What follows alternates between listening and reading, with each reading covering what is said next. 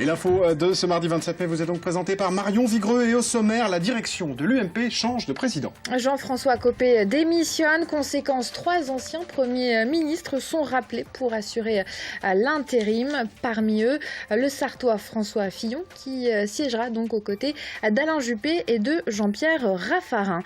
Les 300 salariés du centre d'appel Téléperformance au Mans manifestaient cet après-midi. Le site pourrait perdre l'année prochaine son plus gros client, SFR. Et puis nous reviendrons sur le retour à la flèche de Mathieu Amalric. Samedi soir, l'acteur-réalisateur a projeté son film La Chambre Bleue en présence des figurants sarthois. Mon invité ce soir sera Alexandre Dimeggion, aujourd'hui ex-président de l'association Gay Bi Trans Mancel Homogène. Ex-président puisqu'il a démissionné hier soir de ses fonctions. Il nous en expliquera les raisons dans ce journal. Et François Fillon retrouve donc un rôle plus actif au sein de l'UMP. Après la déroute des européennes et la multiplication des affaires, décision a donc été prise de changer la gouvernance du parti. Jean-François Copé a démissionné. Et en attendant la nouvelle tenue d'élections, François Fillon, Alain Juppé et Jean-Pierre Raffarin, 3 anciens premiers ministres, vont se partager la présidence. Cette décision est jugée plutôt positive au sein de l'UMP sartoise. Écoutez ce qu'en dit Fabienne Labrette-Ménager, la secrétaire départementale de l'UMP. Comment voyez-vous cette démission à la tête de l'UMP ? Je pense qu'il fallait passer par là. Je crois que ce qui a révélé tout ça, c'est l'interview de Jérôme Lavrieux hier soir sur BFM. Moi, je pense que l'ensemble a démissionné. Ça va pas être simple de remonter ça rapidement, mais bon, à un moment donné, il faut assainir les choses. Il faut repartir sur des bonnes bases, et il faut surtout essayer de rassembler. Est-ce que selon vous, François Fillon sera le prochain président du parti ? Il est dit que celui qui prendra la tête de l'UMP ne sera pas candidat aux primaires. Donc ça veut dire qu'à mon avis, François Fillon ne sera pas président de l'UMP. Moi, je pense que, là, il y a Juppé, Raffarin, Fillon, les 3 anciens premiers ministres, je dirais peut-être les sages à un moment donné, en tout cas qui ont l'histoire, qui ont l'histoire du parti. Moi, je pense qu'il faut un renouvellement, quoi. Puis il faut féminiser. Avez-vous un candidat idéal ? J'ai pas de candidat idéal parce qu'aujourd'hui, on sent bien qu'il y a des tiraillements entre les uns et les autres. Ils ont tous des ambitions personnelles. Moi, je suis gaulliste. Moi, j'ai soutenu la motion gaulliste. Et la motion gaulliste, c'est pratiquement celle qui est arrivée en dernier. Mais c'est la base de l'UMP, c'est les fondements de l'UMP. Et c'est vrai qu'à un moment donné, les gaullistes, c'est aussi l'ambition personnelle et passe après l'intérêt général. Et au chapitre social maintenant, manifestation des salariés de Téléperformance au Mans ce mardi. Ils répondaient à un débrayage national destiné à tous les salariés des centres d'appel français. En Sarthe, le site de Téléperformance est en effet menacé. Il pourrait perdre début 2015 son seul gros client, SFR. Réunis cet après-midi devant l'entreprise, les 300 salariés ne cachaient pas leur inquiétude. Les détails avec Lucille Cantet. Pendant 1 heure, en ce début d'après-midi, une centaine de salariés s'est rassemblée devant les bureaux de Téléperformance. À partir de début août et ce jusqu'à fin décembre, ces employés passeront à une activité partielle. Mais dans quelles conditions ? C'est bien ce qui inquiète notamment la CFDT. Parce que si c'est des journées entières ou des semaines qu'on n'ait pas de perte de salaire, et puis il y a le 13e mois qui va rentrer en ligne de compte, il y a nos variables, il y a beaucoup de choses et beaucoup d'inquiétudes pour mes collègues collaborateurs. Pour moi, c'est nouveau l'activité partielle. J'ai jamais été au chômage partiel, j'ai été au chômage avant, mais activité partielle, je ne connais pas et mes collègues qui ont 12 ans de boîte comme moi, on ne connaît pas. Une grande majorité du travail des 300 salariés concerne le seul gros client de l'entreprise, SFR. Mais le contrat qui lie SFR et Téléperformance arrive à son terme fin 2014. Alors qu'en sera-t-il début 2015 ? C'est l'incertitude qui domine. Aujourd'hui, tout le monde se pose la question de l'avenir au sein de l'entreprise. C'est vrai que pour la plupart, on a une ancienneté de 13 ans. Moi, personnellement, je suis arrivé là à l'ouverture.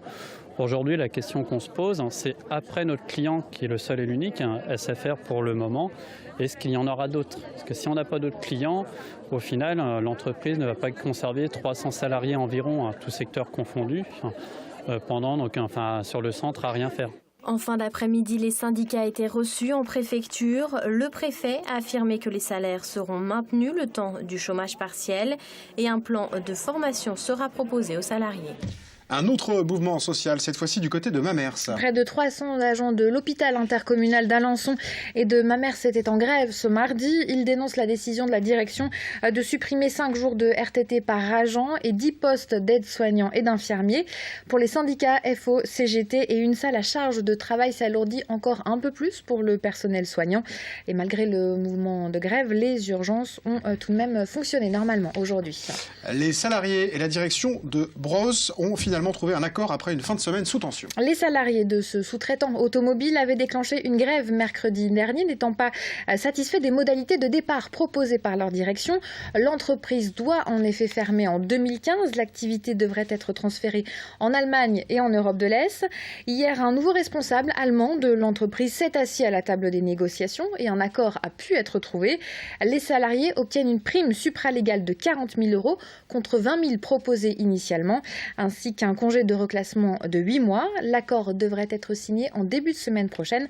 On écoute Michael Feuvre, le délégué syndical CFDT. On était dans une situation totalement inédite.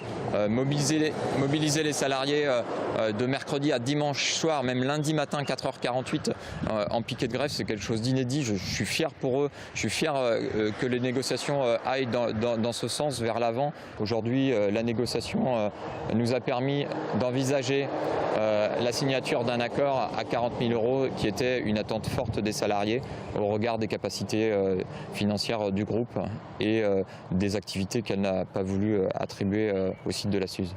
Et nous passons maintenant à l'invité du journal ce soir, c'est Alexandre Dimekjon, notre invité. Il est l'ex-président de l'association Homogène, une association gay, bi et trans.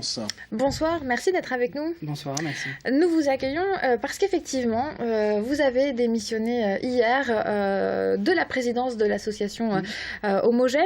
L'une des raisons que vous avancez pour justifier votre choix, c'est le fait que des tensions s'étaient accumulées autour de votre personne suite à votre ralliement à la liste de Jean-Claude Boulard pendant les municipales. Qu'est-ce qu'on vous reprochait exactement après ce ralliement ? C'est assez magique parce qu'en fait je suis passé d'un militant associatif à une dangereuse pourriture socialiste tout d'un coup. Alors je trouve ça assez insultant d'une part, puisque l'engagement que j'avais sur cette liste de Jean-Claude Boulard, la liste Le Mans pour tous, c'était un engagement effectivement militant sur des valeurs. J'y étais en tant que société civile, je ne suis pas encarté en parti, et j'y étais pour pouvoir porter des projets, pour pouvoir porter des choses. Est-ce que vous y étiez au nom de l'association ? Je n'y étais pas au nom de l'association, j'y étais en mon nom propre, j'y étais pour mes faits d'armes. Ça fait plus de 12 ans que je bosse aujourd'hui pour libérer les LGBT d'un carcan à la fois d'homophobie, à la fois de repli, à la fois de victimisation.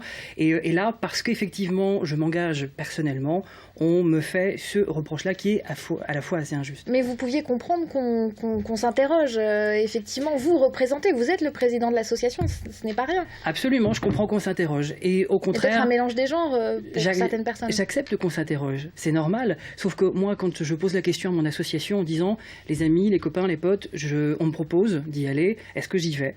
On me dit « oui, vas-y ».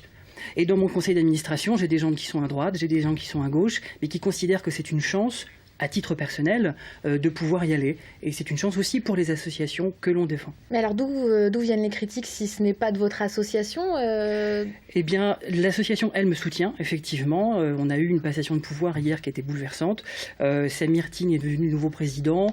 On s'est tous attablés en se disant, pardonnez-moi l'expression, on a un putain de bilan et on sait qu'il va continuer à être porté. Par contre, aujourd'hui, il y a des partenaires. Ils sont commerciaux, ils sont associatifs, ils viennent d'à peu près n'importe où, ils viennent des communautés LGBT également elles-mêmes, et ils estiment que ma personne, parce que j'ai été sur cette liste-là, parce que j'ai eu des prises de position à un moment donné, parce que je ne sais pas me taire quand quelque chose me met hors de moi, eh bien, à partir de là, je crispais. Et donc, parce que je vais être très clair, ma démission, c'est un non-événement. Le véritable événement, c'est quoi ? C'est l'association Homogène et la Culture Pride le 5 juillet.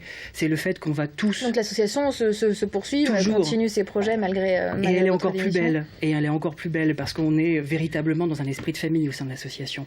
Et je voudrais quand même pouvoir mettre un mot sur quelque chose qui m'hérisse le poil. Quand on n'est pas d'accord, quand on a envie d'émettre une critique, il faut le faire, c'est extrêmement important. Et c'est comme ça qu'on arrive à avancer. Par contre, que l'on considère que la violence, que la prise à partie, que la diffamation, que le harcèlement est le seul moyen de pouvoir prendre quelqu'un et lui dire dans les yeux la vérité, à ce moment-là, on n'est plus dans la critique, on est dans la violence et ce n'est plus acceptable. J'ai 28 ans, je suis célibataire, je suis pas élu et j'ai même pas une thune pour me payer mes impôts. J'aimerais qu'on me dise en quoi aujourd'hui j'ai profité de l'association et j'aimerais en quoi on puisse me dire qu'on justifie les critiques. Qu'on justifie ces critiques-là. En tout cas, une page se tourne pour vous, après un an à la présidence de cette association. Vous allez rester dans l'association, vous restez bénévole. Est-ce que vous pouvez faire un premier bilan de cette année passée, des projets en cours? Eh bien oui, on continue nos interventions en milieu scolaire. Ça explose. Beaucoup d'établissements souhaitent faire appel à nous, non pas pour parler d'homosexualité, mais d'homophobie et de discrimination. Et c'est une nécessité encore aujourd'hui? Oui, c'est indispensable. On le sent avec les élèves que nous rencontrons.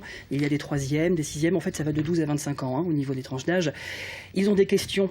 Et poser des questions, c'est le premier pas qu'on fait vers l'autre, quand on cherche à comprendre. Et à partir de là, l'association remplit son rôle. Tous les mercredis à 19h, on fait un accueil. On a à peu près 30-40 personnes qui viennent tous les mercredis pour se rencontrer, pour être ensemble, pour être bien, et pour pouvoir dire ça va pas, mes parents veulent me jeter de la maison, mes parents n'acceptent pas, ou alors je suis un parent et je n'accepte pas. Voilà. Aujourd'hui, on est dans cette solidarité, cette ouverture à l'autre qui est indispensable et qui, je dois l'avouer, depuis maintenant un an, depuis la Manif pour tous, est en train de se créer une solidarité de la communauté des hétérophrénies qui est magnifique. Merci beaucoup Alexandre Dimekjian d'avoir été avec nous sur ce plateau. Merci à vous. Et cinéma maintenant, puisque le réalisateur et acteur Mathieu Amalric était de retour à la Flèche ce samedi. C'est dans cette ville du sud, Sarthe, qu'avait été tourné en 2013 son dernier film, La Chambre Bleue. Film sélectionné cette année dans la catégorie Incertain regard au Festival de Cannes. Au cinéma Le Kid, Mathieu Amalric avait convié les figurants de son film pour une projection suivie d'un échange. L'acteur tenait à leur rendre hommage. Florent Clavel était à leur côté. Là, tel un anonyme, ou presque. Mathieu Amalric revient tout juste de Cannes, mais il n'en a ni l'opulence ni l'insolence. Une tape amicale pour l'un, une oreille attentive pour l'autre, et des nouvelles fraîches du festival. Alors le film ça se passe bien. Ça se passe très bien. Les gens étaient contents à Cannes et tout, franchement. Ils étaient debout. Le film, La Chambre Bleue, tourné en grande partie à la Flèche l'année dernière, avec des gens du coin comme figurants. Son retour en Sarthe, naturel, évident, dit Amalric. Pour moi, c'est précieux. Ça fait partie du plaisir, quoi, de découvrir une ville et puis les gens. Et tout le monde ouvrait les magasins, les cafés, la mairie. Tout le monde nous a aidés, quoi. Donc, on a passé des moments importants ici. À l'intérieur du Kid, 160 personnes venues voir le film et l'acteur césarisé. Vous le trouvez comment? Très ouvert. On discute bien avec lui. J'ai passé plusieurs jours même à bouger au tribunal. J'ai passé 2 jours là-bas. C'était très sympa.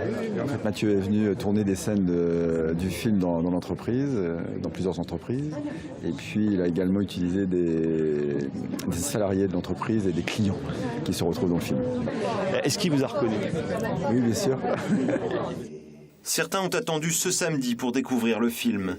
L'histoire d'une passion amoureuse, un adultère qui mènera Julien Gaïd et son amante devant un tribunal, celui de Baugé en Anjou en l'occurrence. Après 1h15 de film, le succès au rendez-vous. Mathieu Amalric livre quelques pistes. On peut avoir l'impression que c'est le bordel, qu'on fait plein de choses, plein de plans, puis là vous voyez qu'il n'y en a que des petits bouts. À la sortie, les Fléchots ont bien sûr reconnu leur ville, malgré quelques raccourcis propres au cinéma. Dans le découpage, c'est un peu reconstruit, l'architecture, il y a des incrustations un peu d'autres villes. Du coup, au final, comme il disait après coup, ça fait une ville un peu intemporelle et c'était bien vu. C'est très agréable parce que c'est quand même pas tous les jours qu'on la voit, surtout dans un film grand écran. La Chambre Bleue, c'est donc d'abord l'histoire d'une belle rencontre entre un réalisateur et des habitants, tous fiers d'avoir contribué, chacun à leur manière, à l'aboutissement d'un film de grande qualité. Et voilà, c'est la fin de cette édition. Retour d'information bien sûr demain à 18h30. Mais nous, on continue cette quotidienne bien sûr avec Marion, puisqu'on aura l'actu vue du campus dans un instant. Ça sera juste après la météo de Romuald de Besson. À tout de suite.